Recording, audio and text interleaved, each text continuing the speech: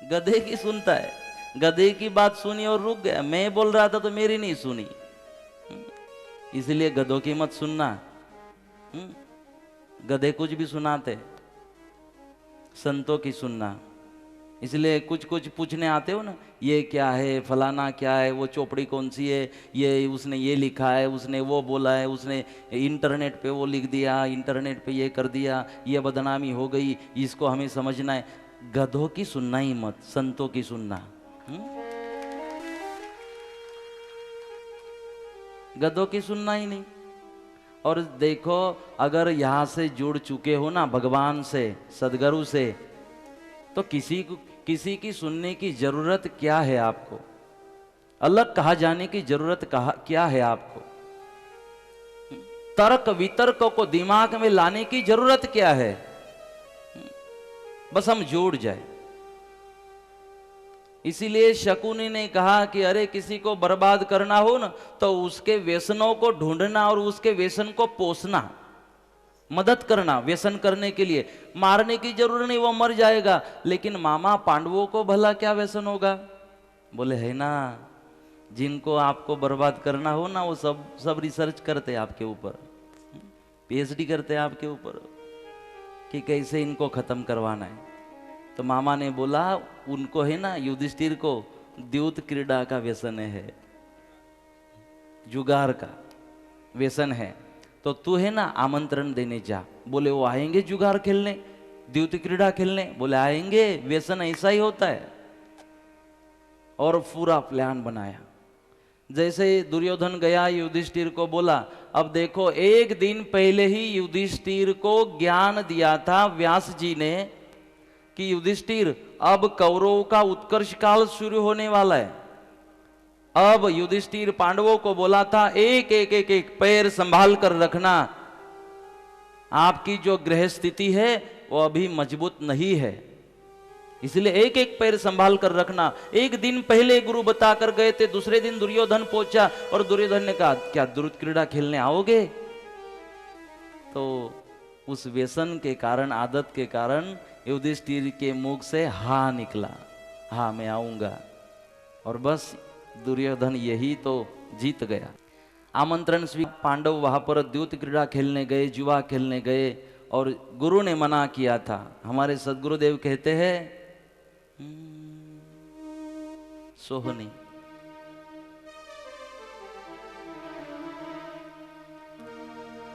गोरनु कहू जे नहीं माने, गोरनु कहू जे नहीं माने, ते तो जासे घोर अंधारा, ते तो जासे घोर अंधारा, गोरनु कहू जे नहीं माने,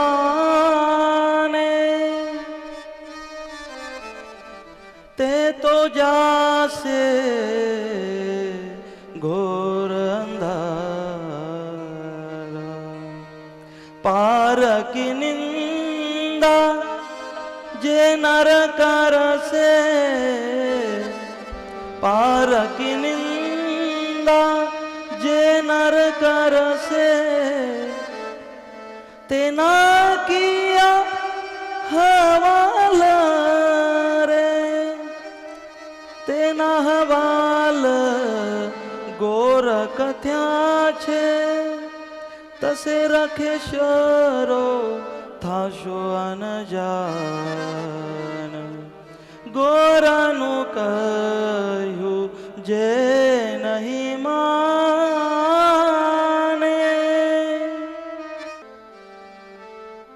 गोरनु कहू जे नहीं माने,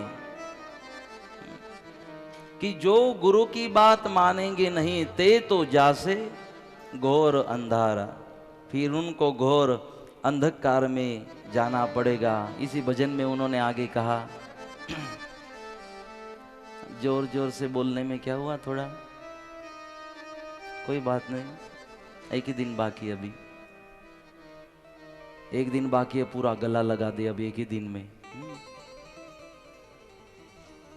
कलजुग मां मीठी छे निंदा, कलजुग मां मीठी छे निंदा, रखे तमे अंगीकार कर तारे। निंदा करीने जे नर भूल्या, निंदा करीने जे नर भूला, तेने रखे शर आभड़ शोरे, तेने रखे शर आभड़ शोरे। गोरानु कहू जे नहीं माने,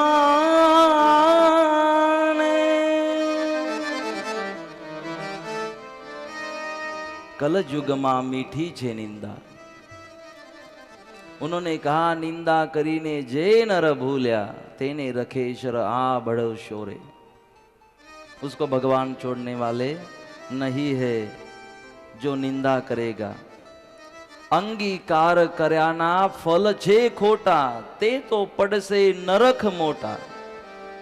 अंगीकार कर्याना फल छे मोटा, ते तो પડશે નરક મોટા। નરકમાં નાખી દુઃખ તહા દેશે, ત્રાહે ત્રાહે જીવડાતે કરશે। कि फिर नरक में जाना पड़ेगा, त्राहे त्राहे जीवड़ोता करसे। जो गुरु की मानते नहीं है, जो बोलते हैं ना गुरु भी न ज्ञान नाम भी न भूल्या। गुरु दीवो गुरु देवता, गुरु विना घोर अंधार। मतलब अगर गुरु न हो, गुरु का ज्ञान न हो, गुरु की कृपा न हो तो घोर अंधकार। मतलब अगर गुरु की कृपा न हो तो घोर अंधकार, मतलब गर्भवास में जाना पड़ता है जहां घोर अंधकार होता है। कौन सा नरक? नरक यही गर्भवास। क्योंकि जहां हम रहते हैं 9 महीने तक, वहां नरक में ही रहना पड़ता है। इसलिए बोलते वापस नरक में जाना पड़ेगा भाई, अच्छा कर। और देखो नरक मा नाखी दुख तहा देसे, त्राहे त्राहे जीवडो ताकर से। जब हम गर्भवास में होते हैं ना तो उल्टे लटके होते हैं। गर्भवास में उल्टे लटके होते हैं। और शास्त्र तो कहते हैं देखो, जब ये गर्भ 3-4 महीने का जब तक न हो तो तब तक उसको ये स्किन आती नहीं है, ये त्वचा जो होती है ना वो आती नहीं है। और होता क्या है, जो माताजी होती है वो फिर नमक का भी कुछ खा लेती है, वो मिर्ची का भी कुछ खा लेती है। वो तो तीखा होता है ना, मिर्ची पाउडर, वो भी खा लेती है। अब याद करो, अगर कोई जख्म हो शरीर में और नमक लग जाए तो जलती है, कोई तीखा मिर्ची लग जाए तो जलती है। और जब उल्टा लटकाया हुआ, पहला तो उल्टे होते हैं हम गर्भ में और चमड़ी नहीं होती, और जो नमक माँ खाती जाती है, जो मिर्ची खाती जाती न, तो उसकी पूरी असर, उसकी तकलीफ अपने शरीर को होती है। इसको कहते हैं नरक यातना।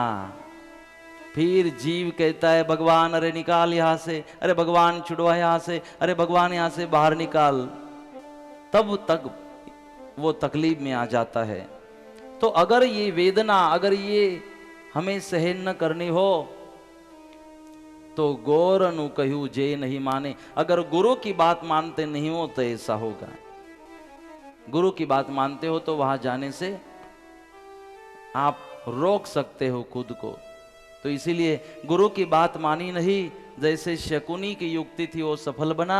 शकुनी ने जैसे देखा कि पांडव आ चुके हैं भरे दरबार में, उन्होंने युद्ध क्रीड़ा को शुरुआत किया। पहले 2-3 बार तो युधिष्ठिर जीते, लेकिन बाद में जो भी दाव थे कौरवों ने जीतना चालू कर दिया। कौरवों ने पूरा जीत लिया पांडवों को। ये सहन न हुआ काका विदुर को। काका विदुर खड़े रहे और कहा कि अरे ये दरबार क्या युद्ध क्रीड़े का स्थान है, जुगार खेलने का स्थान है, ये बंद करो। जो पांडवों का होगा, धृतराष्ट्र आदेश करो दुर्योधन को जो पांडवों का है वो दे दे। धृतराष्ट्र के कहने पर धृतराष्ट्र को तो देना नहीं था, अंधा जो था, अंधा था मतलब पता है, ये धृतराष्ट्र अंधा था मतलब विचारों से अंधा था। और दुर्योधन कब जन्म लेता है? अगर कोई बाप विचारों से अंधा हो, ठीक है, बाप तो विचारों से अंधा था, लेकिन माँ भी अपने आंख के ऊपर अगर पट्टी बांध दे और वो भी ध्यान न दे अपने पुत्र के ऊपर, तो दुर्योधन का जन्म होता है। इसलिए अगर बाप का ध्यान न हो तो माँ ने पट्टी बांधनी नहीं है, माँ ने आंख खुली रखते हुए बेटे के ऊपर ध्यान देना है, नहीं तो दुर्योधन जन्म लेता है। इसीलिए धृतराष्ट्र विचारों से अंधा था। धृतराष्ट्र ने मन में तो नहीं था, लेकिन लोग क्या कहेंगे सोचकर वापस देने लगाया। अब मामा को कहा दुर्योधन ने, मामा हम तो फंस गए, हमारा दाव तो बराबर लगा था, लेकिन ये विदुर ने बिगाड़ दिया। मामा ने कान में कुछ बात बोली, दुर्योधन उठ खड़ा हुआ, बोले युधिष्ठिर अब बोलो, आपको सत्य स्वरूप से खेलना है? तो अब तो नहीं बोलना था युधिष्ठिर ने, लेकिन अब भी नहीं बोला। अब बोला कि हाँ मुझे खेलना है, और क्योंकि विनाश काले विपरीत बुद्धि। अगर गुरु के एक वचन को भूल जाते हो तो बाद में पता नहीं फिर रास्ता नहीं मिलता। ब्रह्मस्थाने कृतम पापम विष्णु स्थानेषु मुच्यते, विष्णु स्थाने कृतम पापम शिवस्थानेषु मुच्यते, शिवस्थाने कृतम पापम गुरुस्थानेषु मुच्यते, गुरुस्थाने कृतम पापम वज्रलेपो भविष्यति। अगर ब्रह्मस्थाने कृतम पापम विष्णु स्थानेषु मुच्यते, ब्रह्मा की कुछ अपमान हो जाए तो विष्णु के पास जाकर उसकी माफी हो जाती है। विष्णु स्थाने कृतम पापम शिव स्थानेषु मुच्यते, अगर विष्णु का कोई अपराध हो गया तो शिव माफ कर देते, अगर उनके पास जाओ। शिव का कुछ अपमान हो गया तो गुरु के पास उसकी माफी मिल जाती है। लेकिन गुरु स्थाने कृतम पापम, अगर जो गुरु के स्थान में पाप करता है, गुरु के वचनों को तोड़ देता है, गुरु के आदेशों का पालन नहीं करता, और आदेशों का पालन न करने का जो पाप चढ़ जाता है उस शिष्य के ऊपर, शास्त्र कहते हैं वज्रलेपो भविष्यति, उसका कहीं निराकरण नहीं होता, वो वज्रलेप बन जाता है भविष्य के लिए, फिर आप संभल नहीं पाते। भगवान नाराज हो गए तो मना सकते हो, लेकिन गुरु अगर नाराज हो जाए तो उनको मनाना बहुत कठिन है, वो मानते नहीं है फिर। इसीलिए नहीं मानी गुरु की बात तो अब फंसे चले जा रहे हैं। अब युधिष्ठिर ने यहां बोल दिया तो दुर्योधन ने कहा अब कोई बोलेगा नहीं, विदुर काका नहीं और कोई नहीं, अब मैं जीतूंगा तो मेरा, युधिष्ठिर जीतेगा तो युधिष्ठिर का, किसी ने बोलना नहीं, बांध दिया शब्दों में। विदुर काका को सहन नहीं हुआ, और अच्छे आदमी जहां अधर्म चलता हो वहां रोकते नहीं है, निकल जाते हैं। निकल गए विदुर काका, संत थे। द्यूत क्रीड़ा शुरू हुई, देखते देखते शुरुआत में तो युधिष्ठिर जीत रहे थे, लेकिन जब शकुनी मामा ने जरासंध के हड्डियों के फांसे निकाले जो कपटी थे, तब शकुनी जीतने लगा, दुर्योधन जीतने लगा। और बस जो भी रथ हत्ती घोड़े जो भी संपत्ति थी सब दाव पे लगा दिया, कुछ नहीं बाकी रहा पांडवों के पास। अब क्या करे? दुर्योधन ने कहा आप हो ना पांडव 5, आपका दाव लगा दो। युधिष्ठिर ने मना किया, अरे एक लगा दो, जीत गए तो फिर जीत की शुरुआत हो जाएगी ना आपकी। फंसा रहा है पांडवों को। पांडवों ने खुद को दाव पे लगाया, युधिष्ठिर ने पांडवों को दाव पे लगाया, और वो दाव भी दुर्योधन ने वहां पर जीता। अब कुछ नहीं है। अरे है ना द्रौपदी, उसको दाव पे लगाओ, अगर उसको दाव पे लगाया तो शायद जीत भी सकते हो। तो जीत की आस थी युधिष्ठिर को, और इतना भ्रमित हो चुके थे युधिष्ठिर कि द्रौपदी को भी दाव पर लगाने से नहीं चूके। विरोध किया भीम ने, लेकिन अर्जुन ने नीचे बिठाया कि हमारा बड़ा भाई है, बोल नहीं पाएंगे। वो दाव भी दुर्योधन ने जीता। अब बोले हमारे पास तो कुछ बाकी रहा नहीं, बोले चलो और 12 बरस का वनवास दाव पे लगा दो। वो दाव भी दुर्योधन जीता। जितनी की आस लग रही थी युधिष्ठिर को, बोले अब कुछ होता तो वो भी दाव पे लगाता, तो दुर्योधन ने कहा 1 वर्ष के लिए अज्ञातवास लगा दो, अज्ञातवास का दाव लगा दो। वो भी दाव लगाया, वो भी दाव दुर्योधन ने जीत लिया। अगर गुरु की मान नहीं रहे हो तो जीवन में कभी जीतने वाले नहीं हो। इसीलिए गुरु गुरु होते हैं, गुरु की कृपा होती है। गुरु की बात नहीं मानी थी, इसलिए असफलता जीवन में आ चुकी थी। अब पूरा हार चुके थे, अब वो भी दास बन चुके थे कौरवों के। दुर्योधन उठा, हंसने लगा कि अरे आज तो ये हमारे दास बन गए। एक सेवक को भेजा, जा हमारी दासी को भी यहाँ लेके आना। सेवक गया, द्रौपदी ने आने से मना किया तो दुशासन को भेजा, नहीं आ रही थी। दुशासन ने बाल पकड़े और बाल खींचते खींचते दरबार में ले आया। द्रौपदी पुकार रही थी कि क्यों हमें ऐसा कर रहे हो, बड़े दरबार में क्यों ले जा रहे हो, वहां हमारे सब वडील है, वडीलों के सामने मुझे क्यों ले जा रहे हो, और मेरा शरीर भी अपवित्र है, क्यों ले जा रहे हो। दुशासन ने एक न मानी, घसीटते घसीटते दरबार में ले आया। बीच दरबार में द्रौपदी खड़ी है। दुर्योधन हंसने लगा कि द्रौपदी आज से तू हमारी दासी बन चुकी है। कर्ण ने कहा तो हे दुर्योधन, अब उसको अपनी गोद में बिठा ले, तेरी दासी बन चुकी है, रानी बना ले उसको। और दुर्योधन ने अपनी जो जंघा थी वो ठोकना चालू किया। भीम उठे जब गुस्सा आया तब, लेकिन शांत बैठना पड़ा, दास बने थे। व्यसन हमें दास बना देते हैं, लाचार बना देते हैं। लेकिन तब भीम ने प्रतिज्ञा की कि जिस जंगा को तू ठोक रहा है ना, उसका मैं लोही निकालूंगा एक दिन। द्रौपदी को तो कुछ समझ नहीं रहा था, क्या करे।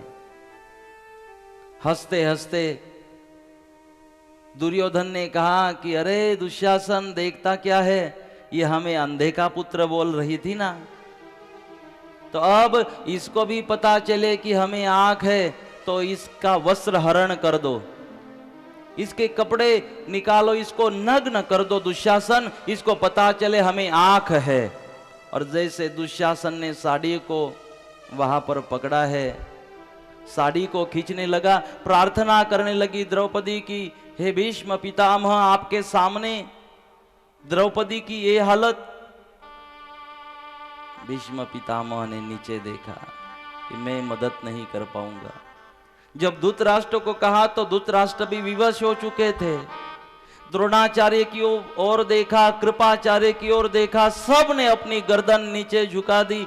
जब अपने 5 पतियों के सामने देखा तो 5 पतियों ने भी गर्दन नीचे झुका दी। मतलब सब ने कह दिया कि द्रौपदी हम कुछ नहीं कर सकते। द्रौपदी ने कहा कि अरे मैं इनसे अपेक्षा भी कैसे रख सकती हूँ, जहां अधर्म हो रहा हो, ये सब अधर्म का साथ दे रहे हो, तो ये भले क्या धर्म को समझे, सत्य को समझे। अब तो मुझे मेरे कृष्ण के पास जाना होगा, अब तो मुझे कृष्ण को याद करना होगा। और जैसे ही दोनों हाथ जोड़े, आंख को बंद कर दिया, क्योंकि अब द्रौपदी को पता चल चुका था कि ये दुनिया वाले मुझे नहीं बचा सकते, मुझे तो मेरे सखा के पास जाना पड़ेगा। और द्रौपदी ने भगवान को याद करना चालू किया। जैसे भगवान का नामस्मरण किया, भगवान को याद किया, भगवान प्रकट हो गए। जैसे साड़ी खींचने लगा, भगवान प्रकट हुए और भगवान ने जैसे ये साड़ी निकालता, भगवान दूसरी साड़ी पहना देते अपने बहन को। ये साड़ी खींच रहा था, भगवान दूसरी बाजू से अपनी बहन को साड़ी दे रहे थे। 999 साड़ी पूरी हो गई। ये खींचता ही जा रहा था, थक चुका था। अब 999 जो साड़ी देनी थी वो पूरी हो गई। जितना देना था उतना पूरा हुआ। भगवान ने कहा किसी को कौड़ी दम कम नहीं देता, किसी को दमड़ी ज्यादा। इसीलिए तो इस दुनिया का जगत सेठ कहलाता कि अरे द्रौपदी 9 से 99 साड़ी मुझे देनी थी, वो पूरी हो गई, अब मैं दे नहीं पाऊंगा। तो भगवान ने अपना पीताम्बर उसको पहनाने के लिए भेजा, पहनाया और दुशासन को कहा कि दुशासन अब अगर इस मेरे पीताम्बर को, वस्त्र को स्पर्श भी करता है तो अब के अब यह हस्तिनापुर का विनाश कर दूंगा, क्योंकि अब बहुत हो चुका था। भगवान को गुस्सा आया था। दुशासन के शरीर में अब ताकत ही कहा थी कि जो साड़ी खींचे। वो नीचे गिर पड़ा था। भगवान प्रकट हो चुके थे और द्रौपदी को पता चल चुका था कि मेरा कृष्ण यहाँ आ चुका है। द्रौपदी तृप्त थी, प्रसन्न थी। भगवान आज उसकी मदद के लिए यह वहां पर आए थे। भगवान का आभार किया, भगवान को नमस्कार किया। अब पता चला कि भगवान मेरे पीठ पीछे खड़े हैं तो किसको डरने की जरूरत क्या है। भले ये मेरे काम में आए न आए, लेकिन मेरा भगवान तो है, मैं भगवान के ऊपर श्रद्धा रखूं। दुर्योधन को कहा, दुर्योधन अगर हिम्मत है तो मेरे साथ द्यूत क्रीड़ा खेलो। द्यूत क्रीड़ा खेलने बैठे तो खुद को मुक्त कर लिया, पांडवों को मुक्त किया। जीतने लगी द्रौपदी। शकुनी मामा को कहा दुर्योधन ने कि मामा ये तो जीतती जा रही है। बोले भांजे अब यही जीतेगी। बोले अपने कपटी फांसे काम नहीं करेंगे। बोले जहां भगवान जिसके पीठ पीछे खड़ा हो जाए ना, वहां कपट काम नहीं करता, वहां कपट काम नहीं करता। अब हमारे फांसे काम नहीं करेंगे। बोले करे क्या? बोले एक काम कर, अब खेलना बंद कर दे। हाँ, अब हम जीतने वाले नहीं है। भगवान से कोई जीत नहीं पाता, ये शकुनी को भी पता था। भगवान से कोई जीत नहीं पाता। तो बोले अब छोड़ दे। तो दाव जो था बंद किया। लेकिन पांडवों को अब 12 बरस तक वनवास जाना था और 1 बरस तक अज्ञातवास में जाना था, नियमों के अनुसार। और फिर सबका वंदन किया, नमस्कार किया पांडवों ने और कहा कोई बात नहीं, अब जैसे हमने वचन दिया है तो वो हिसाब से हमें अब 12 बरस के लिए वनवास में जाना पड़ेगा। वहां पर 12 बरस के लिए वनवास में जाने के लिए पांडव निकले, सबका वंदन किया। कथा कहती है कि आगे पूरा समय वनवास में बिताना था, तो भगवान ने कहा कि वनवास में समय का सदुपयोग करना और शस्त्र विद्या का प्राप्त करना 12 बरस तक। देखो भगवान ने कहा ये 12 बरस जो है वो साधना के लिए हम दे रहे हैं आपको, साधना करना, क्योंकि 12 बरस के बाद मुझे आपकी जरूरत पड़ेगी।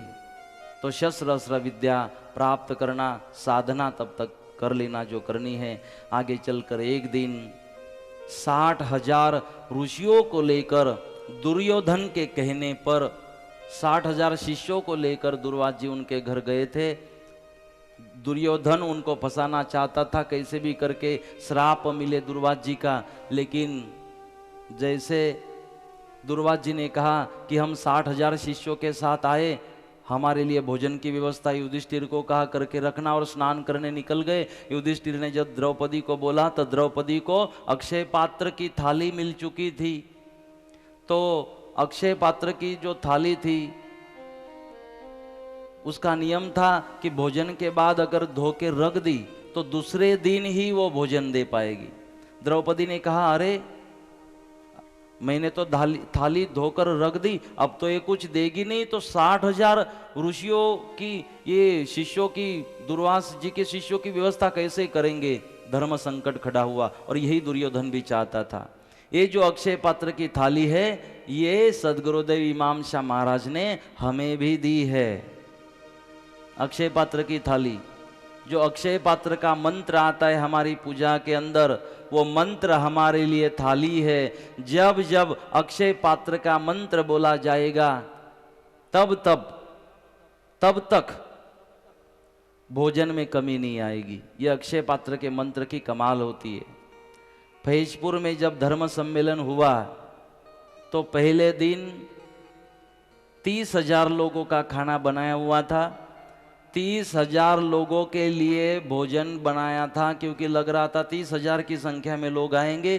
तो पहले ही दिन लाख लोग थे और लाख लोगों ने खाना खाया, एक आदमी भी भूखा नहीं रहा था। 30,000 लोगों का खाना लाख लोग कैसे खा पाए? तो ये अक्षय पात्र के मंत्र का प्रभाव था। रात्रि में हमारे उस समिति वाले जो थे मेरे पास रात्रि में 12 बजे आए और रो रहे थे कि आज हमने खुद आंखों से चमत्कार देखा, अनुभव किया। क्योंकि सतपंथ के अंदर जहां भी भंडारा हो, भोजन हो, पहली बात तो सात्विक होता है, उसमें प्याज लहसुन नहीं होता, इसलिए महाप्रसादी बनती है, पहली बात। और दूसरी बात, उसके ऊपर अक्षय पात्र का मुखियों के द्वारा मंत्र किया जाता है, भगवान को आवाहन किया जाता है, अक्षय पात्र का मंत्र बोला जाता है और इसी से वो ताकत बनती है, प्रसाद बनता है और कभी कमी उसमें नहीं आती। इतने कार्यक्रम हमारे हुए सतपंथ के अंदर, कितने बड़े बड़े संत सम्मेलन हो, जो भी हो, लेकिन कहीं भोजन की कमी नहीं आई। मंदिरों की प्राण प्रतिष्ठा हो, यह मंत्रों का प्रभाव है, क्योंकि भगवान मंत्राधीन है। ये अन्नपूर्णा माता की प्रसन्नता के लिए मंत्र बनाया गया, और जहां अन्नपूर्णा माता की प्रसन्नता हो वहां किसी चीज की कमी नहीं पड़ती। इसीलिए यहां कितने लोग भोजन पा रहे हैं हर रोज, और सब प्रसन्न और सब टेस्टी भोजन, क्योंकि ये अन्नपूर्णा माँ की प्रसन्नता होती है और कहीं कमी नहीं। इसीलिए वो थाली धोकर रख दी, अब करे तो क्या करे। अब द्रौपदी ने सोचा मेरे सखा को बुला लूं, वो कुछ करे। तो कृष्ण को याद किया, कृष्ण का नंबर डायल किया, और आश्चर्य था, जब जब डायल करती ना भगवान का नंबर तो भगवान उठा लेते। बस द्रौपदी आ ही गया, उठा लेते भगवान और आ जाते, जो काम है कर देते। हम भी तो डायल करते भगवान का नंबर बहुत बार, लेकिन हम जब डायल करते ही ना, भगवान कवरेज क्षेत्र के बाहर है, कृपया थोड़ी देर के बाद डायल करें। द्रौपदी लगाती थी तो भगवान उठा लेते थे, हम डायल करते तो कभी कवरेज में नहीं होता, कभी स्विच ऑफ होता है, कभी रिंगटोन सुनाई देती है लेकिन उठाता ही नहीं है। हमारे बारे में ऐसा होता है, लेकिन वो करती थी क्योंकि उसकी आर्त पुकार होती थी। भगवान आए और भगवान ने पूछा क्यों बुलाया? बोले काम था। बोले तेरा काम जो है ना वो बाजू में रख, पहले तो मुझे भूख लगी है, कुछ खाने के लिए दे। द्रौपदी को तो इतना गुस्सा आया, क्योंकि अब खाने का कुछ घर में है नहीं, इसलिए तो इसको बुलाया, और ये खुद अपनी मजा ले रहा है कि मुझे भूख लगी खाने के लिए दे। अरे बोले खाने का कुछ नहीं है, और वही तो चिंता सता रही है कि वो ऋषियों को क्या खिलाए, और तू भी भोजन मांग रहा है, तुझे पता है सब कुछ, फिर भी भोजन मांग रहा है। अरे बोले द्रौपदी वो थाली लेके आ। थाली लेके आई द्रौपदी, उसमें चावल का एक कण लगा हुआ था। भगवान ने वो लगा हुआ जो एक कण था वो ग्रहण किया, वो पा लिया, एक कण ग्रहण किया, और जो बोलते हैं ना गुजराती में ओडकार, वो दिया। तृप्त हो गए भगवान, और जैसे भगवान ने ओडकार दिया यहाँ पर तृप्ति का, वहाँ 60,000 जो शिष्य जो ऋषि मुनि थे ना वो भी ओडकार देने लगे। दुर्वास जी अब तो पेट भर गया है, अब तो भूख नहीं है, और वहाँ जाएंगे तो वो भीम आग्रह करेगा, गदाले के सामने खड़ा होगा, खाना ही पड़ेगा खाना ही पड़ेगा। तो बोले एसिडिटी होगी तो साधना नहीं होगी। तो बोले अब क्या करें? बोले एक ही काम करो, भागो यहाँ से, जाना ही मत भोजन पंडाल में। तो वही के वही से वो निकल गए। देखो एक भगवान को तृप्त कर दिया तो 60,000 मुनि ऋषि तृप्त हो गए द्रौपदी के भाव से। एक कण चाहिए, एक कण नामे स्वामी जी को दीजिए तो फलंत्र 1.25 लाख लीजिए। उठनता बैसनता राह चलनता नाम स्वामी जी ना लीजिए। दूर देश थी आव्या बनजारा सामल सुध सौदा कीजिए। एक कथा ऐसी रखते ना, ये सदगुरुदेव इमाम शाह महाराज के वाणी के ऊपर एक कथा, इतने बड़े उनका वो योगवाणी गौरवाणी के भजन है। एक कण नामे स्वामी जी को दीजिए तो फलंत्र 1.25 लाख लीजिए। कि एक कण भी आप भगवान के नाम से देते हो समर्पितता के साथ, अहंकार अभिमान को छोड़कर, तो 1.25 लाख झटापटी से परमात्मा देता है। एक के लिए भगवान को तृप्त कर दिया, सब तृप्त हो गए। अरे बोले भगवान तू तो एक कण से तृप्त हो गया, तू नाराज भी हो जाता तो कोई बड़ी बात नहीं, उनका क्या करे? बोले चिंता मत कर, वो अब आएंगे ही नहीं, वो गए। बोले कैसे गए? वो तुझे क्या करना है, मैंने बाहर व्यवस्था बना दी उनकी, अभी यहाँ नहीं आएंगे। तो भगवान ने, अरे एक बात याद रखना, दरकार पड़े जब भी वो दौड़ आता है, जब कोई नहीं आता मेरा श्याम आता है। दरकार पड़े जब भी श्याम आ जाता है, भगवान आ जाते हैं, मेरे दुख के दिनों में वो बड़ा काम आता है। कोई याद करे उसको दुख हल्का हो जाए, कोई प्यार करे उसको वो उसका हो जाए। ये भगवान है। कोई काम नहीं आता, ये दृष्टांत इसलिए दे रहा हो कि कोई काम नहीं आता तब भगवान काम आते, तो भगवान को जरूर याद कर लिया करना। भगवान हर कष्ट से आपका निवारण करेंगे, हर समय परमात्मा आपका साथ देंगे। बाकी तो कैसा होता है, सुख के सब साथी दुख में ना होए, बाकी तो सुख में साथ देंगे। तो कथा आगे कहती है कि इसी तरह पांडवों का रक्षण परमात्मा ने वहां पर किया और जो श्राप मिलने वाला था श्राप से बचाया। एक एक दिन वहां से निकलने लगा। 12 बरस पूरे हुए, अब अज्ञातवास में जाना था। इसमें है ना भजन और ये वैसे तो बहुत आते हैं, लेकिन समय के हिसाब से हम ले नहीं रहे सब भजन और सब, क्योंकि भजन में 15 मिनट निकल जाए तो फिर कथा इतनी बड़ी बाकी है आगे। इसीलिए मैं थोड़ा हल्की तरह से कथा सुना रहा हूं ये महाभारत की आपको। तो अब 12 बरस पूरे हुए, अब अज्ञातवास में जाना था। तो अज्ञातवास में जब जाना था तो थोड़ी चिंता जरूर थी, क्योंकि अज्ञातवास का नियम रखा था, अज्ञातवास में अगर इन पांडवों का पता चल गया, ढूंढ लिया कौरवों ने, तो पांडवों को वापस 12 बरस तक वनवास में जाना पड़ेगा, ये रूल था। तो अब क्या करें? तो कृष्ण भगवान को याद किया, व्यास जी को याद किया, वो वहां पर आए और कहा भगवान अब क्या करे? तो भगवान ने प्लास्टिक सर्जरी करवा दी पांडवों की। एक आदमी गया डॉक्टर के पास, बोले ऐसे ऐसी तकलीफ है, बोले प्लास्टिक सर्जरी करवानी पड़ेगी। बोले कितना खर्चा आएगा? बोले 5000।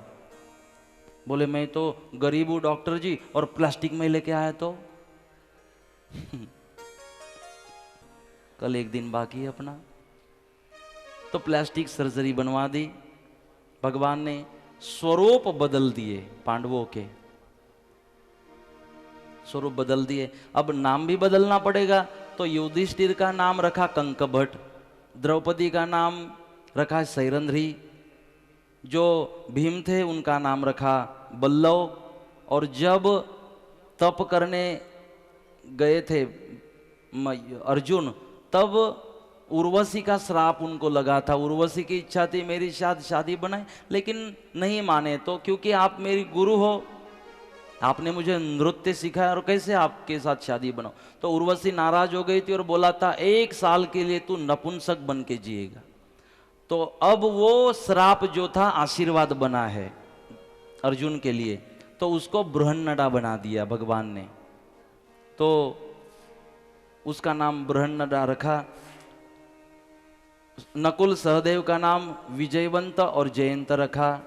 इसी तरह उनका नाम भी बदल दिया। अब पांडवों ने कहा कि हमने जो 12 बरस में हमारे शस्त्र अस्त्र को प्राप्त किया है, तो भगवान इसको कहाँ रखे? इनको तो छुपाना पड़ेगा। तो एक पेड़ के ऊपर रखने के लिए कहा और कहा आप चिंता मत करना। भगवान ने एक मंत्र बोला, अब मेरी ओर ध्यान देना।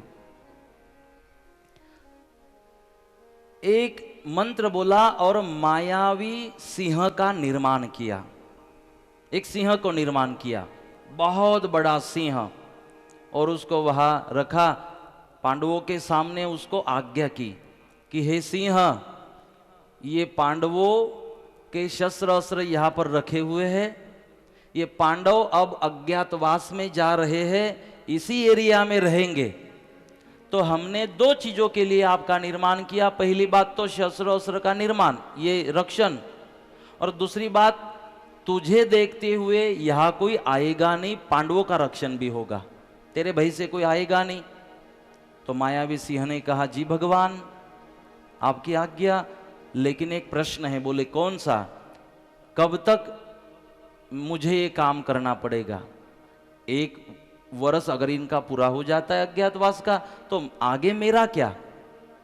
तो भगवान गोपाल कृष्ण ने कहा, वेद व्यास जी भी साथ में थे, तो भगवान कृष्ण ने कहा कि अरे सिंह, तेरा उद्धार तो कलयुग में होना है। बोले कैसे होगा?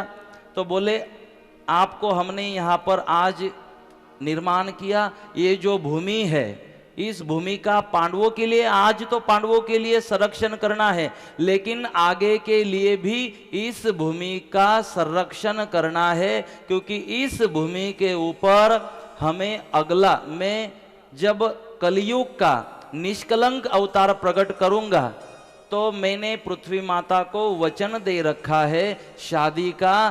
तो ये जो भूमि है, इस भूमि के ऊपर तेरे रहने से कोई अधिग्रहण इस भूमि के ऊपर करेगा नहीं। ये भूमि हमेशा के लिए अलग से रहेगी, क्योंकि इसको कुंवारी रखना है, इसका मालिक कोई बनने न पाए।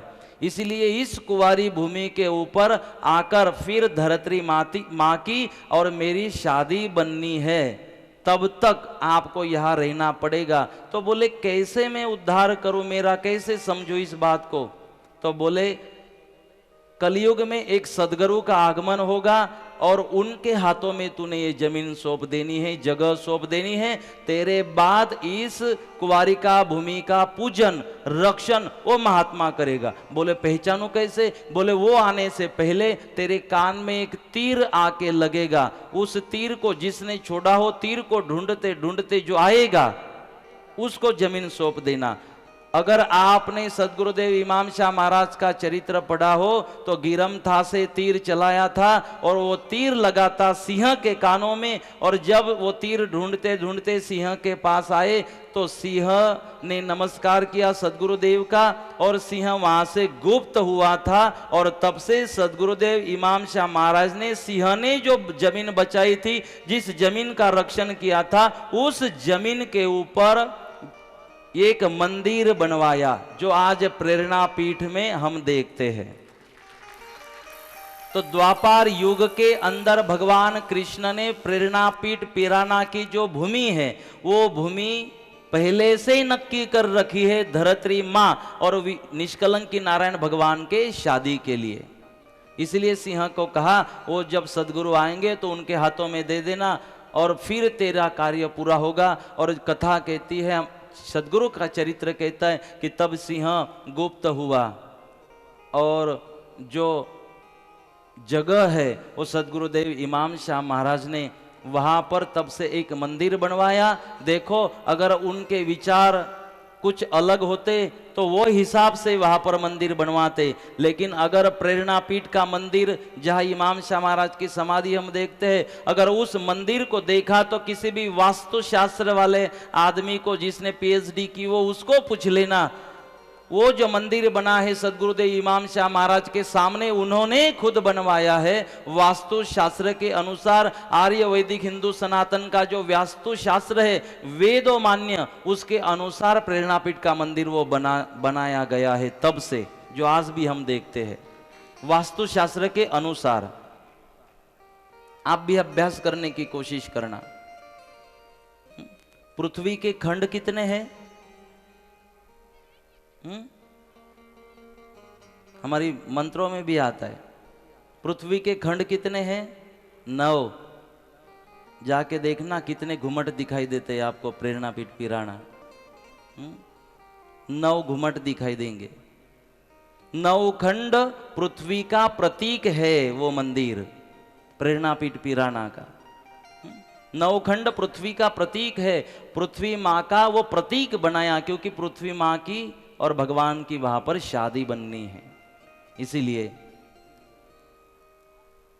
जब से फिर वो सिंह की मुलाकात हुई, उस दिन से सदगुरुदेव इमाम शाह महाराज ने वह धरत्री माँ की पूजा चालू की सुबह 4 बजे, और आज भी वो धरत्री माँ की पूजा वहाँ पर हो रही है, आज भी सुबह 4 बजे।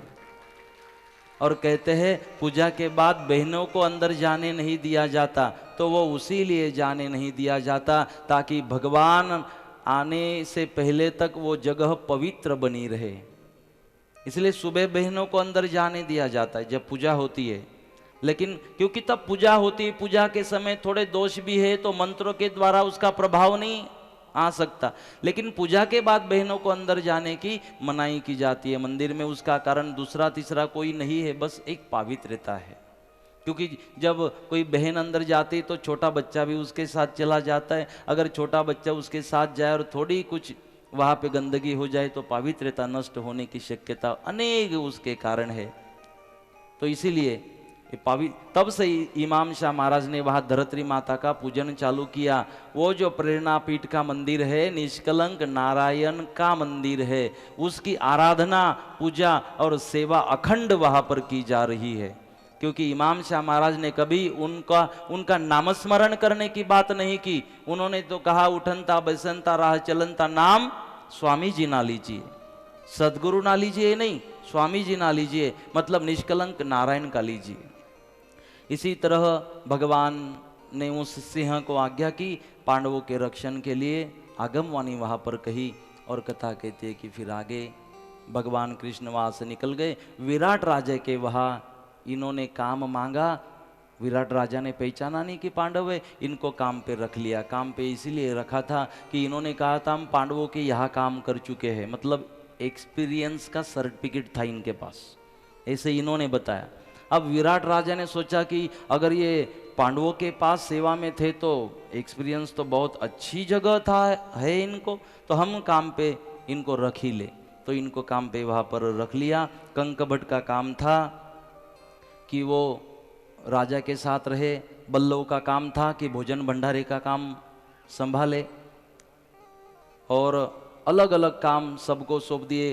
वो जो घोड़े थे उनका काम जयंत विजयवंत को दिया, नृत्य सिखाने का काम अर्जुन को दे दिया गया, काम अलग अलग काम सबको सौंप दिए। आगे चलकर इन्होंने बहुत कोशिश की पांडवों को ढूंढने की, लेकिन पांडव मिल नहीं रहे हैं। ये गए कहा, अगर इनको ढूंढते तो वापस 12 साल तक जाना पड़ेगा, लेकिन ढूंढ नहीं पा रहे। एक दिन ऐसे हुआ, ये जो कीचक था ये विराट राजा का साला, तो ये कीचक द्रौपदी को मतलब सैरंद्री को तकलीफ करवाता था। अर्जुन और भीम को बात कही, अर्जुन भीम ने कहा इसको मारना पड़ेगा कपट से। तो एक दिन द्रौपदी को कहा कि उसको तेरे कमरे में बुला ले। अब द्रौपदी ने उसको बुलाया, लेकिन द्रौपदी की जगह भीम साड़ी पहने वहां बैठे थे। अब कीचक को लगा कि ये द्रौपदी है, जैसे घूंघट खोला ऐसे एक बुक्का मारा है भीम ने कि कोने में जा गिरा, और जो पी रखी थी ना 1 सेकंड में उतर गई, क्योंकि ये पीता ही उतरने वाली था। और पता चला कि ये तो भीम है, द्रौपदी समझ के आया था।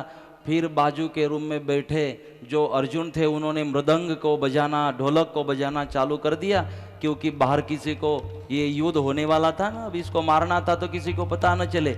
यहाँ पर ढोलक बजना चालू हुआ और भीम ने कीचक का वध कर दिया, छत को लटका दिया उसका शरीर, और लिख दिया नीचे उसके लोही से एक लाइन लिख दी, मैंने कीचक वध किया। नीचे लिख दिया मैंने कीचक वध किया। और भीम अर्जुन वहां से निकल गए, द्रौपदी को बताया, द्रौपदी ने कहा चलो अच्छा हुआ दुष्ट का वध हो गया।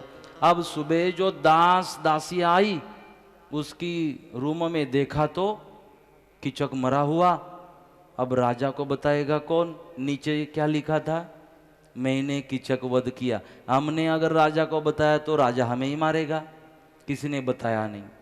थोड़ी देर के बाद जब पता चला राजा को तो बहुत शौक हुआ कि अरे ये इतना पहलवान था, पराक्रमी था, इसको किसने मारा। अब समझने के लिए कोई रास्ता नहीं था। लेकिन जब कीचक मारा गया, ये बात कौरव को पता चली तो आत्मविश्वास आया कौरव को, दुर्योधन को, कि कीचक को मारने वाला एक ही है दुनिया में, भीम। भीम के सिवाय वो मरेगा नहीं। इसका मतलब ये जो भीम है वहां छुपा है। लेकिन ढूंढे कैसे? तो उन्होंने एक जीमूत को भेजा, पहलवान को। जीमूत ने अपने पैरों में 5 पुतले बांधे। कोई पूछता ये कौन है? बोले पांडव। पांडवों को उकसाना था। तो वहां पर पहुंचा विराट राजा के वहां जीमूत, बोला मेरे साथ कोई मल्ल युद्ध करेगा? कोई है आपके पास? तो विराट ने कहा भाई कोई है नहीं, लेकिन कंकभट मतलब युधिष्ठिर ने कहा राजा है ना हमारे पास। बोले कौन? बल्लव। बल्लव करेगा इसके साथ मल्ल युद्ध? तो बोले वो उसको आता है? बोले आ जाता है। बल्लव को बुलाया, क्या तू इसके साथ युद्ध करेगा? बोले करूंगा। दोनों आमने सामने खड़े हो गए। जीमूत ने पूछा मल्ल युद्ध को जानते हो? हाथ कैसे खेलते तो जानते हो? बोले वो तो पता नहीं, लेकिन आटे को कैसा नरम करते हैं ना, रसोड़ा में रह के वो पता चला है। आटा बोलते ना, आटा रोटी बनाने के लिए, तो आटे को नरम कैसा किया जाता है ना, वो मुझे पता है, क्योंकि मेरी ड्यूटी तो रसोड़े में होती है, बाकी का पता नहीं। दोनों का जैसे युद्ध शुरू हुआ और एक ही प्रहार भीम ने किया। जैसा प्रहार किया, जीमूत बोला मैं हार गया, मैं हार गया, मैं हार गया, क्योंकि वो युद्ध के लिए थोड़ी आया था, उसको तो पता करना था। और जैसे भागा दुर्योधन के पास गया, बोला कुछ भी बोल, वो दिख तो नहीं रहा था भीम जैसा, लेकिन भीम है जरूर। बोले कैसे? बोले पहले भी मैंने मार खाई है, अब भी खाई, तो दोनों सेम है। उसकी जो मार पड़ी उससे मुझे पता चला कि यह भीम है। तो बोले अब क्या करना पड़ेगा? बात पता चली कि वह है। तो अब इन्होंने एक युक्ति बनाई। इनका जो गोधन था विराट राजा का, वो लेकर एक कुछ सैन्य भेजा। वो सैन्य गोधन लेकर भाग गया। गोधन को बचाने के लिए पूरा सैन्य लेकर विराट राजा निकल गया। अब राज्य में कंकभट्ट था, ये सैरंध्री, बृहन्नड़ा और राजा का पुत्र उत्तम। अब दूसरी बाजू से कौरवों ने आक्रमण कर दिया। जब उत्तम को पता चला तो अब क्या करे? तब कंकभट्ट ने कहा उत्तर आप जाओ और बृहन्नड़ा को साथ में लेकर जाओ, युद्ध करो कौरवों के साथ। जब उत्तर गया युद्ध करने, विराट तो दूसरी बाजू गए थे। सैन्य को देखा कौरवों की तो रथ छोड़कर भागने लगा। बृहन्नड़ा ने पकड़ा, अर्जुन ने पकड़ा, कहा तू रथ चला, मैं युद्ध करता हूँ। उसको रथ चलाने के लिए बिठाया, अपना गांडू धनुष्य निकाला और जैसे डोरी खींची है धनुष्य की, जैसे डोरी की आवाज हुई, भीष्म पितामह को पता चला कि ये दूसरा तीसरा कोई नहीं, ये अर्जुन ही है। और जब युद्ध हुआ, कथा कहती है कि इतना बड़ा पराक्रम अर्जुन ने किया कि सारे के सारे कौरवों को बांध दिया अपने अपने रथों से। भीष्म पितामह, द्रोणाचार्य, कृपाचार्य को छोड़कर सबको अपने अपने रथों से बांध दिया। किसी का मुकुट उड़ा दिया, किसी के तो कपड़े ही निकाल दिए, बांध दिया सबको। अकेले अर्जुन ने बांध दिया।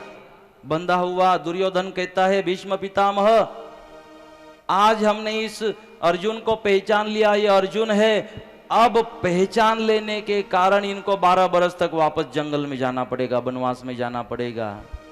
भीष्म पितामह ने कहा अरे मूढ़ मूर्ख, आज अगर तुझे पता भी चला हो कि ये अर्जुन है, लेकिन कोई फायदा नहीं है। 1 बरस अज्ञातवास का इनका पूरा हो चुका है। अब पता भी चले तो कोई बात नहीं। पता करो क्या हाल हुआ होगा दुर्योधन का। कितनी कोशिश कर रहा है पांडवों को फंसाने की, लेकिन पांडव एक है ना, भले 5 हो, लेकिन पांडवों का कोई नुकसान नहीं कर पा रहा। वापस निकल गए कौरव। यहाँ पर जब उत्तर वापस आ रहा था तो विराट को ऐसी खबर मिली कि उत्तर ने अकेले ने जीता युद्ध। लेकिन कंकभट्ट ने कहा नहीं नहीं, मेरा बृहन्नड़ा थी ना उसके साथ, इसीलिए वो जीता। तो बात खराब लगी विराट को, तो जो फांसा था ना एक, वो मार के फेंका कंकभट को। जैसे वो मुंह में जाकर लगा तो लोही का जो एक बूंद था रक्त का, वो नीचे धरती पर गिरने वाला था। उतने ही समय में शैलेंद्री ने उस रक्त को अपने हाथ पर झेला और विराट को कहा, राजा विराट, आज अगर ये जो रक्त का बूंद है अगर नीचे गिरता तो आज तेरा विनाश हो जाता। बोले क्यों? बोले ये जो रक्त का बूंद है ना एक, ये अरे गहरे का नहीं है, ये युधिष्ठिर का है। तब बात पता चली विराट को कि अरे ये युधिष्ठिर है। बोले जो युद्ध जीत कर आ रहा है ना बृहन्नड़ा, मतलब वो अर्जुन है या बल्लव भीम है। तो बोले आपने रूप क्यों बदल दिया? तो सारी घटना जो थी राजा को बताई। अब राजा भी माफी मांगने लगा कि मेरे से भूल हो गई। अब कौरव तो वापस निकल चुके थे। पांडवों का 1 साल जो था अज्ञातवास का, यहाँ पर वो भी पूरा हो चुका था। अब भगवान को कहा, भगवान अब आगे क्या करें? भगवान ने कहा, भाई देखो, हमारा जो राज्य है थोड़ा बहुत वो मांग लेते हैं, वो अगर देने की तैयारी रखते हैं तो ठीक, नहीं तो फिर युद्ध करना पड़ेगा। उसके सिवाय दूसरा कोई चारा हमारे पास है नहीं। तो आइए युद्ध में जाने से पहले 2 मिनट भगवान को याद करें, क्योंकि आगे जो युद्ध है ना उसमें भी भगवान की लीला छुपी हुई है। तो आइए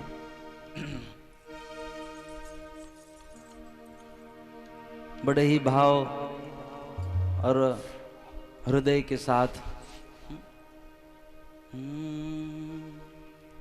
तीनों लोकन से प्यारी हे राधा रानी हमारी, तीनों लोकन से प्यारी हे राधा रानी हमारी, तीनों लोकन से प्यारी हे राधा रानी हमारी, तीनों लोकन से प्यारी राधा रानी हमारी, तीनों लोकन से प्यारी श्री राधा रानी हमारी, राधा रानी हमारी, राधा रानी हमारी, राधा रानी हमारी, राधा रानी हमारी, राधा रानी हमारी, राधा रानी हमारी, राधा रानी हमारी, राधा रानी हमारी, तीनों लोकन से प्यारी।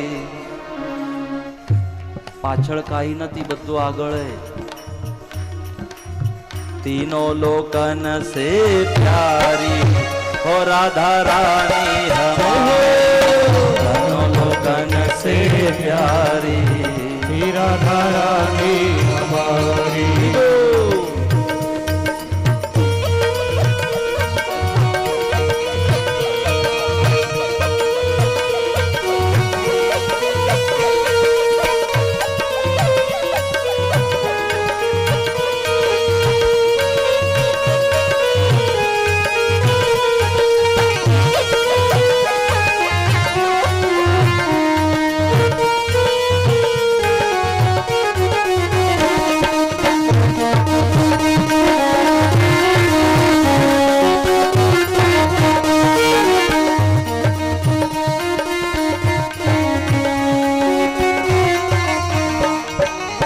सनकादिक तेरो यश गावे, सनकादिक तेरो यश गावे, ब्रह्मा विष्णु आरती उतारे, ब्रह्मा विष्णु आरती उतारे, सनकादिक तेरो यश गावे, सनकादिक तेरो यश गावे, ब्रह्मा विष्णु आरती उतारे, ब्रह्मा विष्णु आरती उतारे।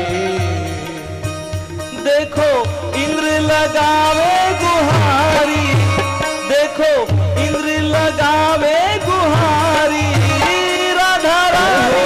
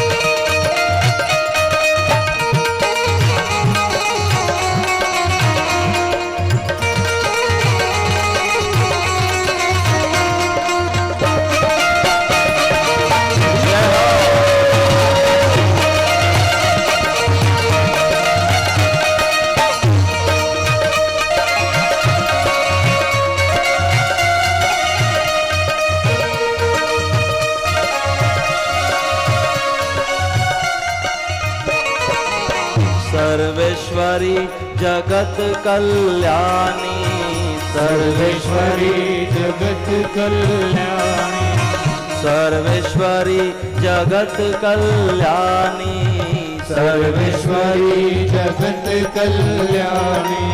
ब्रज की मालिक राधा रानी, ब्रज की मालिक राधा रानी, ब्रज की मालिक राधा रानी, ब्रज की मालिक राधा रानी। यहाँ कोई न रहता भिखारी, यहाँ कोई न रहता भिखारी, राधा रानी हमारी तीनों लोकन से न्यारी, ओ राधा रानी हमारी, तीनों लोकन से न्यारी, राधा रानी हमारी, तीनों लोकन से न्यारी, ओ राधा रानी हमारी।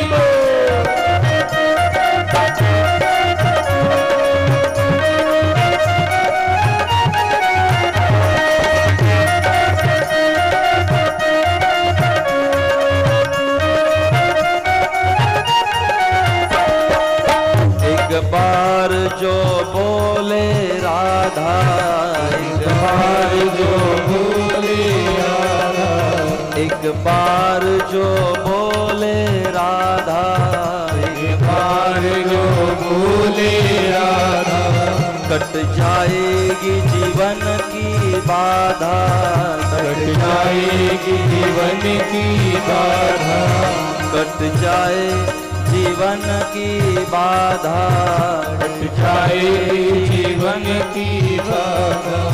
कृपा करो महारानी, कृपा करो महारानी, हे राधा रानी हमारी, तीनों लोकन से न्यारी, ओ राधा रानी हमारी, तीनों लोकन से न्यारी, राधा रानी हमारी, तीनों लोकन से न्यारी, ओ राधा रानी हमारी।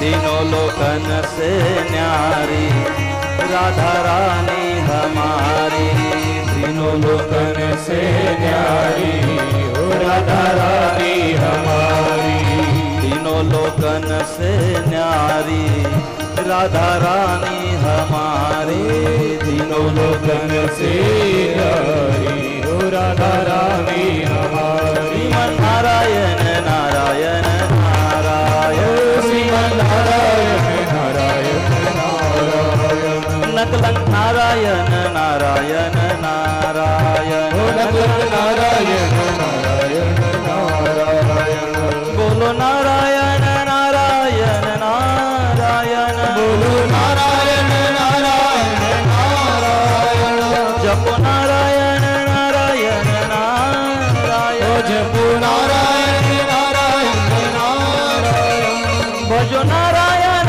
नारायण नारायण, भजो नारायण नारायण नारायण, भजो नारायण नारायण नारायण, भजो नारायण नारायण नारायण, नारायण श्रीमन नारायण, ओ नारायण श्रीमन नारायण, श्रीमन नारायण जय हो श्रीमन नारायण नारायण नारायण, बोलो नारायण नारायण नारायण, बोलो नारायण नारायण नारायण, जपो नारायण नारायण नारायण, जपो नारायण भजो नारायण नारायण नारायण, भजो नारायण निष्कलंक नारायण भगवान की की जय।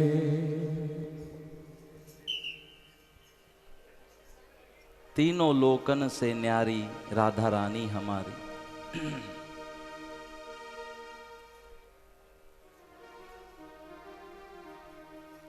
हम सुन रहे थे कि कैसे भगवान समय समय पर मदद करता है।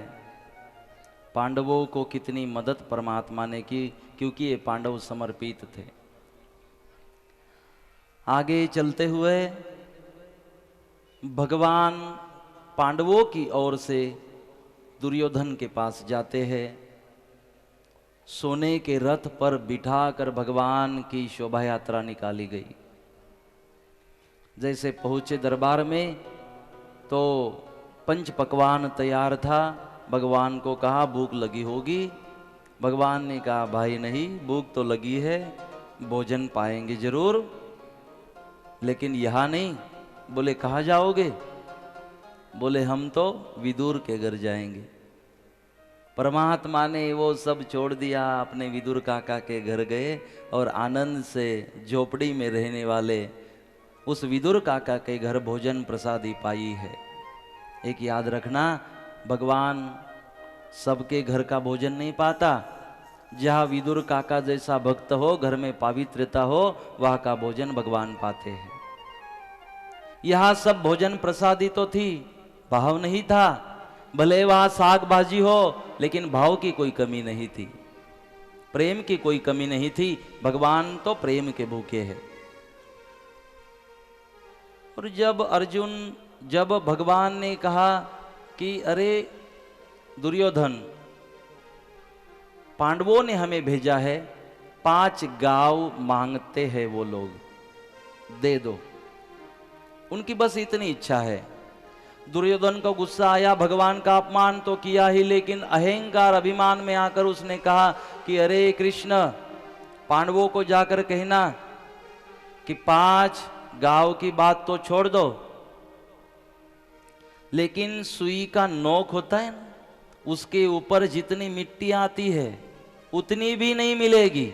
और चाहिए तो जाकर कह देना कि युद्ध करे, हमसे युद्ध जीते और प्राप्त कर ले।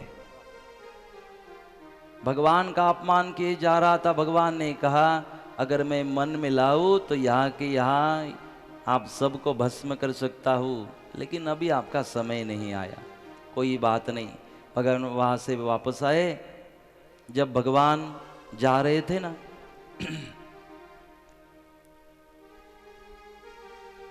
युद्ध न हो इसके लिए जा रहे थे, युधिष्ठिर ने भेजा था। तब जाते समय द्रौपदी ने हाथ पकड़ा था। द्रौपदी ने कहा देख लाले कृष्ण, अगर युद्ध न हो ऐसा कुछ किया तो मेरे से पाला है।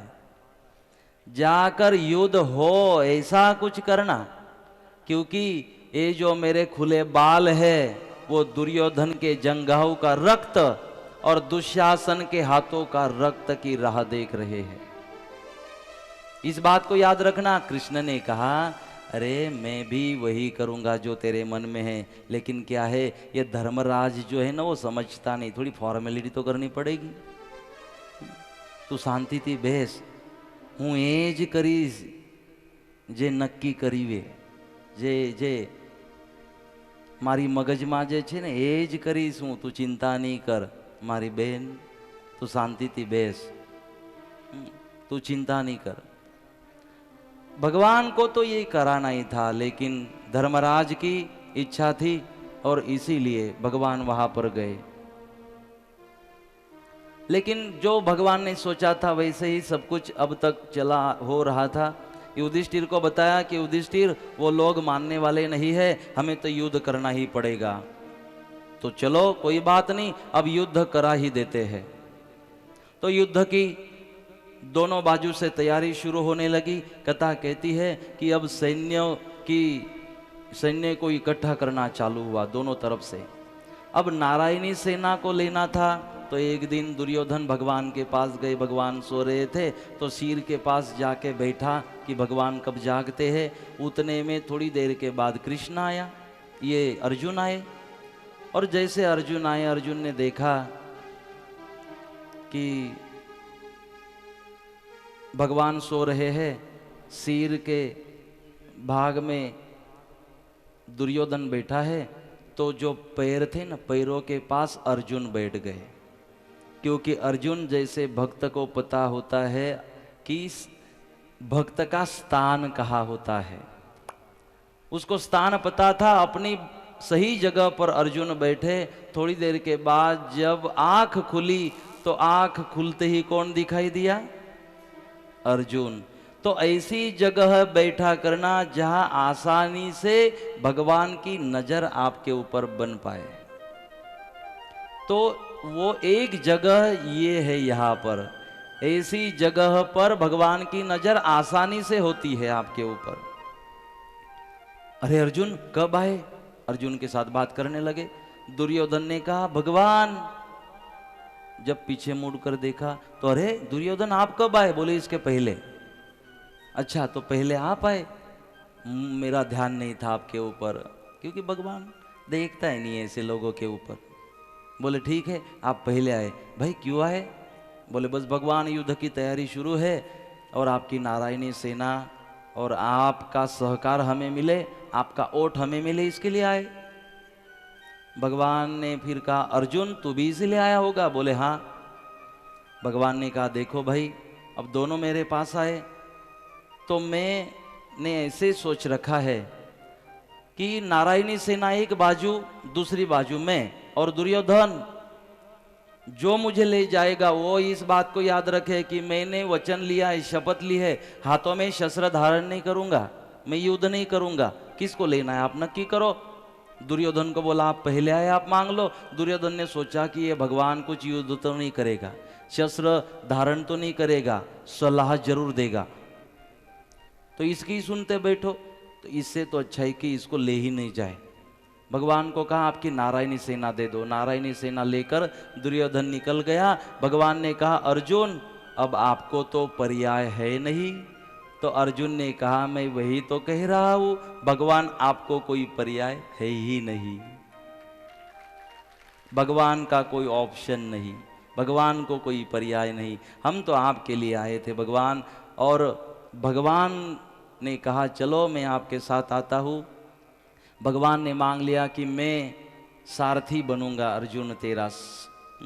प्रेम के बल अर्जुन रथ हाक्यो, भूल गए ठकुराई सबसे ऊंची प्रेम सगाई। कि भगवान ने रथ हाकने का काम वहां पर मांगा है अर्जुन के पास। अर्जुन बोले ठीक है। जब दुर्योधन पहुंचा नारायणी सेना लेकर, जो घटना बनी थी शकुनी को सुनाई। शकुनी ने कहा कि अरे तूने गड़बड़ कर दी। बोले मैंने तो अच्छा किया ना, उसको नहीं ले आया, वो तो युद्ध नहीं करने वाला था, नारायणी सेना ले आया। अरे बोले ठीक है नारायणी सेना ले आया, अपन पूरा रिमोट कंट्रोल वो है खुद, रिमोट कंट्रोल तो तू छोड़ आया, वो अर्जुन के हाथ में दे आया। ये क्या करेगी अब नारायणी सेना? वो तो रिमोट कंट्रोल, क्योंकि शकुनी को पता था ये है कौन, दुर्योधन नहीं समझ पाया। बोले चल जो हुआ ठीक है। युद्ध की वहां पर शुरुआत हुई और जैसे ही जगह नक्की हुई युद्ध की, दोनों ने अपने अपनी जो ध्वजाएं थी वो ध्वजाएं वहां पर तैयार की और फिर दोनों सैन्य आमने सामने आया। कथा कहती है जैसे ही दोनों एक दूसरे के सामने वहां पर आए तो एक दिन भीम के ही हाथों, भीम का एक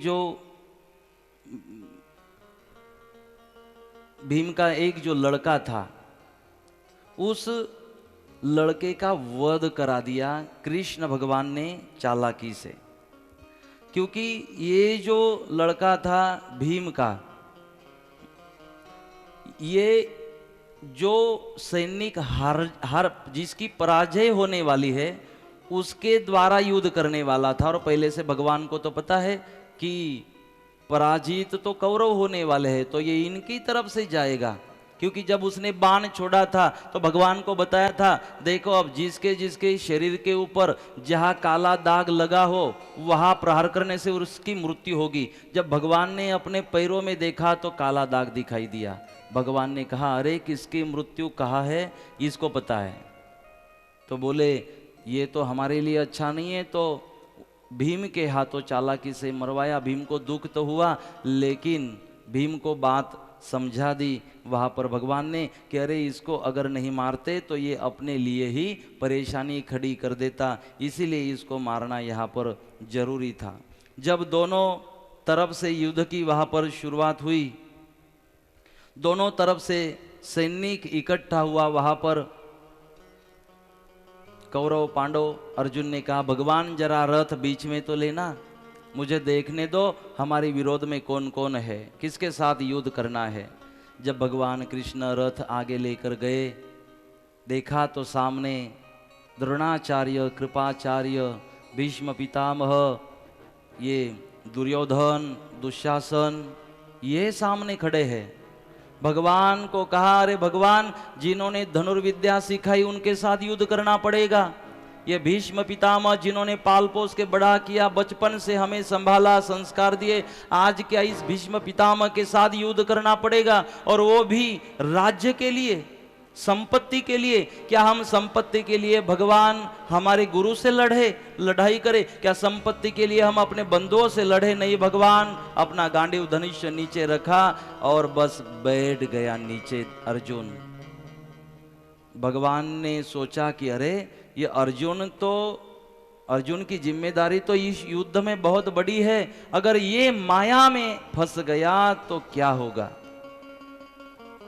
फिर भगवान ने कहते हैं वहां पर गीता सुनाई, और इस गीता के माध्यम से उस अर्जुन को समझाया कि जिनको तू गुरु समझ रहा है, भाई समझ रहा है, वो तेरे गुरु नहीं है, वो तेरे भाई नहीं है, वो तेरे शत्रु है, क्योंकि वो अधर्म है। उनको गुरु की नजर से देखना छोड़ दे, क्योंकि होंगे गुरु लेकिन वो अधर्मों को साथ दे रहे, इसके लिए उनका विनाश जरूरी बन चुका है। जिनको तो भाई समझ रहा है, वो तेरे जो भाई है वो अधर्मी है, वो अधर्म को बढ़ावा दे रहे हैं, उनको समाप्त करना पड़ेगा अर्जुन। अगर उनको समाप्त नहीं किया तो 5 जिसके पति थे शूरवीर, उस द्रौपदी का भी वस्त्र हरण करने से ये बचे नहीं। तो पता करना अर्जुन, अगर ये बच गए तो और भी कितनी द्रौपदियों की अब्रू ले सकते हैं। ये अधर्म है और इनको खत्म करना होगा। इनको भाई की नजर से मत देख, इनको गुरु की नजर से मत देख, ये अधर्म तेरे सामने खड़ा है। और अर्जुन तू मारने वाला है कौन? और विराट स्वरूप परमात्मा ने दिखाया। जो विराट स्वरूप का दर्शन वहां पर अर्जुन जी ने करवाया, तो तब पता चला कि मैं किसके साथ बात कर रहा हूं। तब अर्जुन को पता चला कि अरे मारने वाला भी तो वही है, जो मरेगा वो भी वही, उसमें भी वो है। तो मैं मारने वाला और वो मरने वाला कौन? मैं न तो मारने वाला हूं, न तो मरने वाला कोई अलग है। मारने वाला भी वो है, मरने वाला भी वो है। ये बात गीता के माध्यम से समझ में आई। आत्मा की पहचान हुई, खुद का जो निज रूप है उसकी पहचान हुई। कहा स्वधर्मे निधनम श्रेय। अर्जुन तू क्षत्रिय है और क्षत्रियों का धर्म है कि समाज के लिए, राष्ट्र के लिए जो तकलीफ करे, राष्ट्र का नुकसान करे, संस्कारों का नुकसान करे, संस्कृति का नुकसान करे अर्जुन, तब क्षत्रियों का धर्म है कि वो ऐसे अधर्मियों का नाश करे। अगर क्षत्रिय होने के बाद भी तूने इस अधर्म का विनाश नहीं किया अर्जुन, अगर अपनी जिम्मेदारी से चूक गए तो परधर्म भयावह। अगर तूने क्षत्रिय धर्मों का पालन करते हुए इस अधर्म का विनाश नहीं किया तो तुझे भगवान माफ नहीं करेगा, तेरा कल्याण नहीं होगा। इसीलिए आज तेरा धर्म है हाथों में शस्त्र उठाना, अधर्म का विनाश करना। अगर ये अधर्म बचा तो संसार में तकलीफ होगी। अपने जो माया के चक्कर में आ गया था ना, मारू मारू मारू, मेरे भाई मेरे गुरु, लेकिन जहां भले आपका भाई हो लेकिन रावण जैसा अधर्म करता हो ना, तो भगवान कहते उसको त्याग देना। भगवान ने कहा ये जो भाई तू कहता है ना, भले तेरे भाई होंगे लेकिन वो अधर्म है, वो संसार के लिए अब जरूरी नहीं है, उनको खत्म करने की जरूरत है। तो भगवान ने गीता के माध्यम से जो माया में फंस गया था अर्जुन, उसको गीता सुनाई और माया से बाहर निकाला। मतलब जो माया का मलेरिया हुआ था तो गीता का इंजेक्शन लगवाया भगवान ने और उसकी बीमारी ठीक करवा दी। इतना जबरदस्त इंजेक्शन है गीता, ये सारी बीमारियों को ठीक कर देती है। इसीलिए इस गीता को माँ कहा है, माँ, ये माँ जैसी है गीता। ये अपने कर्तव्य को याद करा देती है, धर्म को याद करा देती है। इसीलिए हमने हमारे धर्म का पालन करते रहना गीता को अपेक्षित है, गीता चाहती है।